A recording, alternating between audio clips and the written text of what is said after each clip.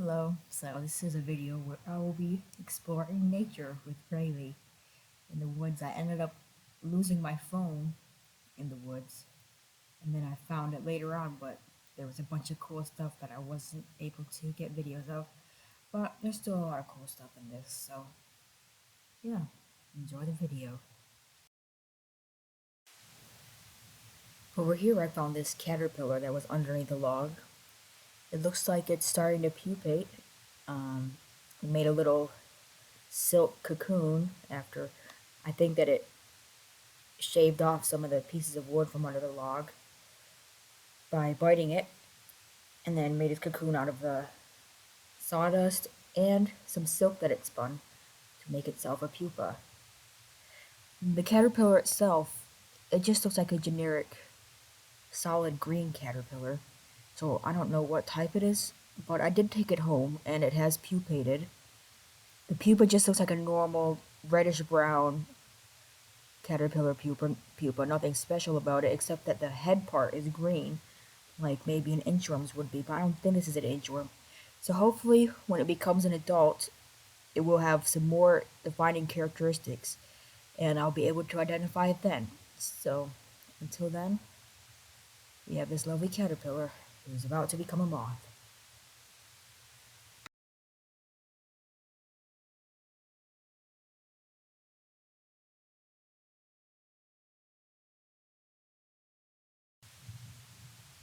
And then under this log, there's lots of cool stuff to find. This is a grub worm, which is the larva form of beetle. Here's some little fungus drawing. I can't tell if those are the mycelium or the fruiting body. It's not a type of fungus I'm familiar with. And then some nice large earthworms that are living under this log. And so to focus in on the grub worm that was over there, it's the larval form of a beetle. Not all insects have a larval form, but beetles are one of them. The way to tell the difference between a beetle larva and other types of larvae is that, first of all, the beetle will only have a total of 6 legs, whereas the fly larva, which are called maggots, has no legs, and caterpillars, which are butterfly or moth larvae, have many legs, but they have 6 main legs. And typically, beetle larvae have this hard shape with a bunch of segments in them.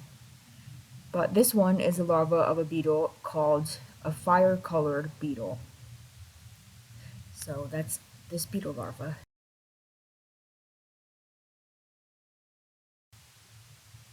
So under this log, there's also a lot of fungus, which when you look at fungus, you probably think of either the black part of mold or the mushroom part of a mushroom, but those aren't the actual body of the fungus.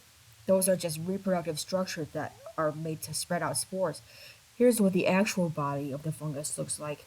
You can see that white dot over there is probably some type of mold. It's got little wispy hairs. And then over here is probably some kind of mushroom mycelium that has networks probably all throughout the log, and then it comes down into the dirt, but I ended up pulling it out on accident. So it's just like little kinds of root systems. That's what the mushroom actually looks like. And all kinds of different things here. And then up above, there's a crust fungus that I'm about to show. This stuff here, I believe it's called Xylobolus frustulatus, that's the fruiting body. And then any of those mycelium that are growing might belong to that. I'm not exactly sure. But yeah, here's some more fruiting bodies to compare the difference between the mycelium and the actual reproductive structures that we typically think of when we think of fungus. And here's something I wasn't sure about. There's probably some type of fruiting bodies of a fungus rather than the mycelium. Hello there. Say hi, Brailley. Alright, over here, we've got this lovely mushroom. And earlier this winter, I've talked about oyster mushrooms, but the specimens were very old, but I found a newer one here that it's actually kind of old and dried up, but it'll do. So it's kind of got these fan-shaped fruiting body that is growing out of wood. And if you look at it, it has gills that go all the way down into the point of entry. They're white gills. Hang on, let me get a better angle.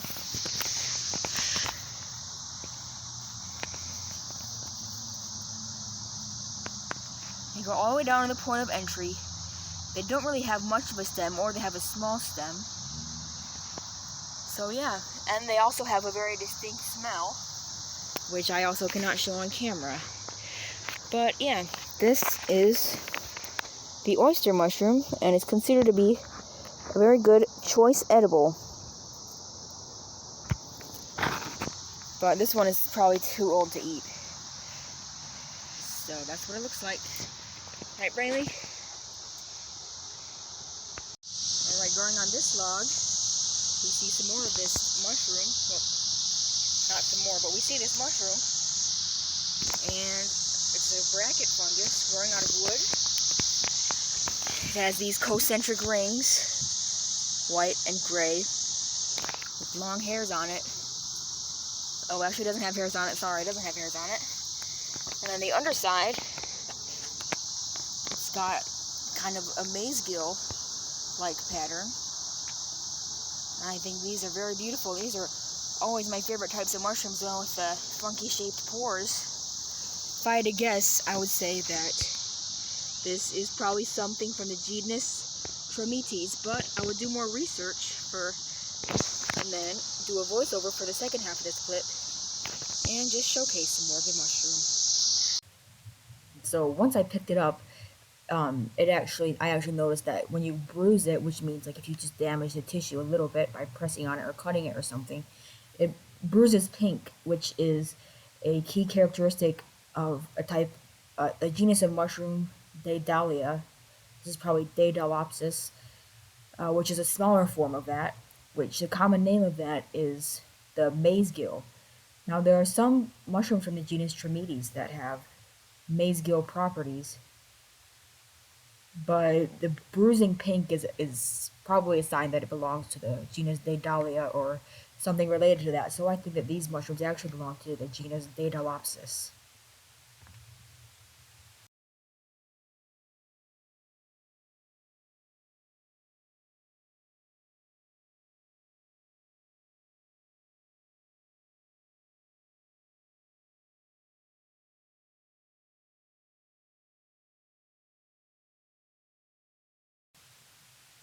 Over here we have these two very small white mushrooms that have a little dimple in the middle as well as a ruffled cap.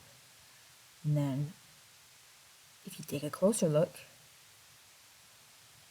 you can see that the stem is black and it gets white towards the top, and the gills are very spaced out, as I'll show you in a second.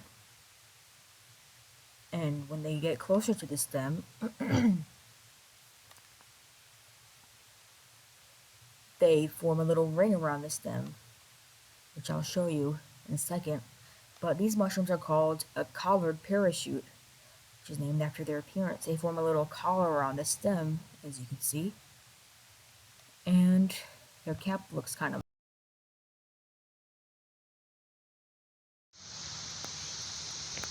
Right over here, they have some white jelly fungus. Some white jelly fungus growing on this log. And these are the fruiting bodies. They're very small right now, but they do get bigger. They're edible. I think a lot of sources would say that they're inedible because they don't think that they taste good, but they have a jelly texture. They don't have much flavor, so just like tofu and all that stuff, that means that you can flavor them like however you want, and it will take on the taste of whatever you're cooking. So these are one of what I would consider edible. And then there's another type of fungus right here. I don't know what it is, but they're growing together. Let me see if I can focus in on it. There you go. You can see the little teeth growing from it.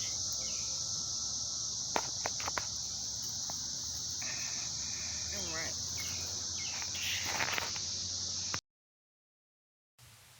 over here we have this red, sort of irregular shaped mushroom that is kind of like cup shaped. And if you look under it, it's attached to a white stem, the white underside. This is called a red stalked scarlet cup. And so far, I think all the mushrooms I've talked about have belonged to the phylum Basidiomycota. But I think this is the first one that I've shown here that belongs to the phylum Ascomycota. So the difference is that in all the other mushrooms I've shown, there's a fertile surface on usually the underside of the mushroom, and on the surface there's these little microscopic projections that develop spores. They're called basidia, which is what the phylum is named after, and the spores are produced on the basidia and they just kind of fall off and get taken away by the wind. But in this Ascomycota, the top part, the red part, is going to be the fertile surface, and there's going to be sacs inside of it called asci that have spores inside of them, and then they'll shoot them out once they're ready. So that's the main difference between basidiomycetes and ascomycetes. So there's a bunch of different mushrooms that are ascomycetes, such as morel mushrooms, truffles, even yeast is part of that phylum. So it's very vastly different from the other mushrooms that I've shown. But they're cool, and they're mushrooms all the same.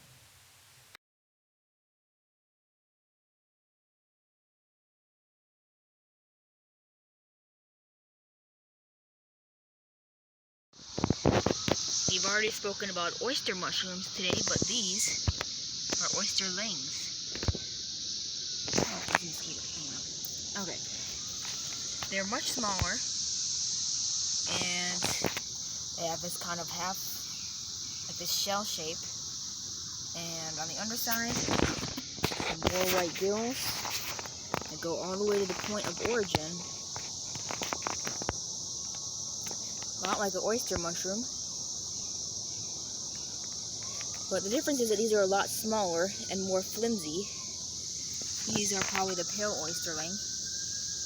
And they will make a brown spore print instead of a white one. So that's something to look out for. And they are actually not edible. You could tell probably because they don't taste good. But even if you push past the taste, they will make you sick. So it's an important thing to distinguish between the oyster and the oysterling. I've previously spoken about all the ways in which the final moult of the cicada can go wrong, and different areas where there's better and worse outcomes. It seems that over here, there's not very good outcomes because I can see several cicadas that have become deformed. So the first part is over here. When the cicada comes out of its molt, it produces some digestive enzymes to detach the new skin from the old skin. And it has a dormant period to let that spread around. And sometimes it doesn't reach to all those parts. If I could get this to focus. Seems like the right side was affected on this one. He didn't crack all the way out of his shell. And he's stuck in there. So the digestive enzymes probably did not work. They did not spread everywhere. And then over here, we've got this cicada, whose wings are all messed up. I've mentioned before that they need to pump hemolymph into their wings to make them expand, and they'll be able to fly. But it seems that this one didn't do that all the way. Either because he fell on the ground and got his wings all folded up like this, or he just wasn't in a good position. If you've seen a cicada as soon as it hatched out, there's not any over here because it's in the evening and they come out like in the night and in the morning. But they come out and they're all pale and squishy, and that's a very vulnerable time for them because there's certain proteins that they haven't produced in their bodies yet One of the important ones is their pigment. I don't know what that is called, but it's not melanin like we have, it's something else. And they're going to be very vulnerable during that time because they'll be bright white and sticking out like a sore thumb for predators to eat them.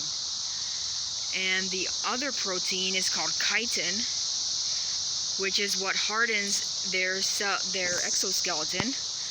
You might compare it to keratin in humans, which makes our hair and our nails hard.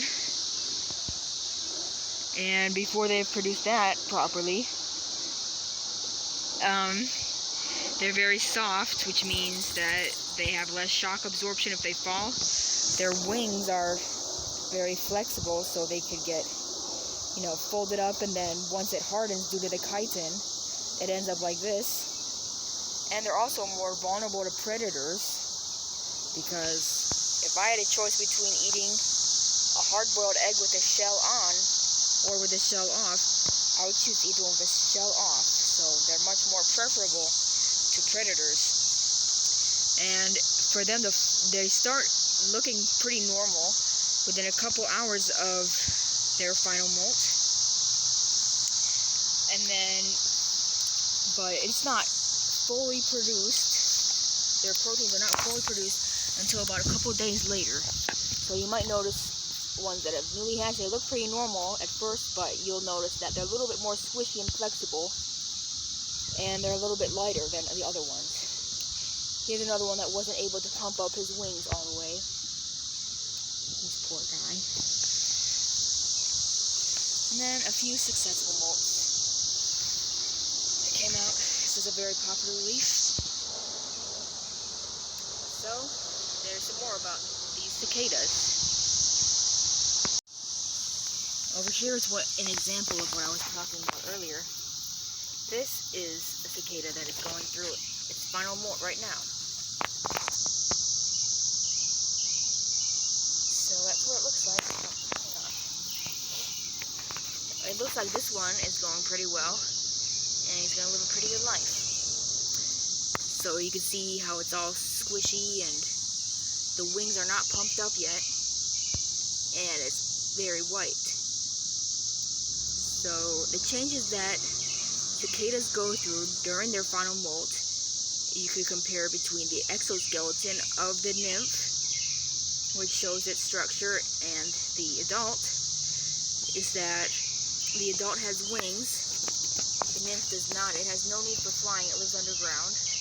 You see the pocket where the wings had developed within the exoskeleton though. Hang on, let me focus in on it. It's right there, right where the wings would be, but just a little pseudo wing, I guess. Another change, you can see these front legs. Those are claws needed for digging, since the cicada needs to live underground and dig its way out and dig its way to find food. The adult does not have that. And the final difference, which you can kind of see if you know what you're looking for, but this one does not have its reproductive organs fully developed. And this one will. I believe this is a female. So if you look on the butt ends, there's no ovipositor here. But the adult one will have one. And if it was a male, it would have tymbals that are used to make noise, but there's no need for the nymph to make noise because it's not ready to reproduce yet. So that is a transformation between an adult cicada, or a nymph and adult cicada.